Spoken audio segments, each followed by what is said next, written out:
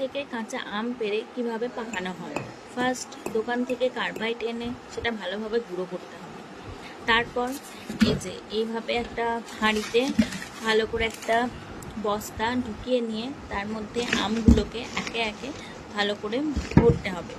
আমি এখানে কিছু কিছু আম বেছে রাখছি, কারণ এই আমটা 2-3 দিন আগেকার পাড়া, তাই অটোমেটিক কিছু আম মানে অর্ধেক কাঁচা থেকে হালকা হালকা পাকতে শুরু করেছে, তাই সেগুলো আর আমি কার্বাইডে বসাচ্ছি না। যেগুলো একদম কাঁচা সেগুলো কার্বাইডে দিলাম।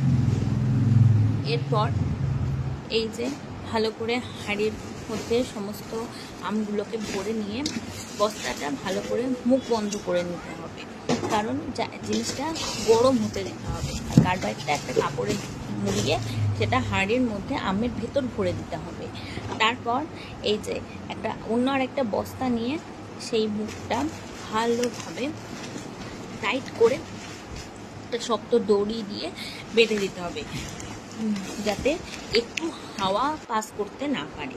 ভালোভাবে বেঁধে দেওয়ার পর একটা ভারী বা গরম কিছু চাপা দিয়ে রাখতে হবে। আমি এখানে শতরঞ্জি চাপা দিয়ে রেখেছি। এইভাবে প্রায় 2 দিন মতো রেখে দিতে হবে। 2 দিন অথবা 1.5 দিন রাখলেও হবে। এইভাবে রেখে দেওয়ার পরে আমি এবার সমস্ত আমগুলো আলাদাভাবে বেছে নিচ্ছি। এগুলো হচ্ছে সমস্ত কার্বাইড দিয়ে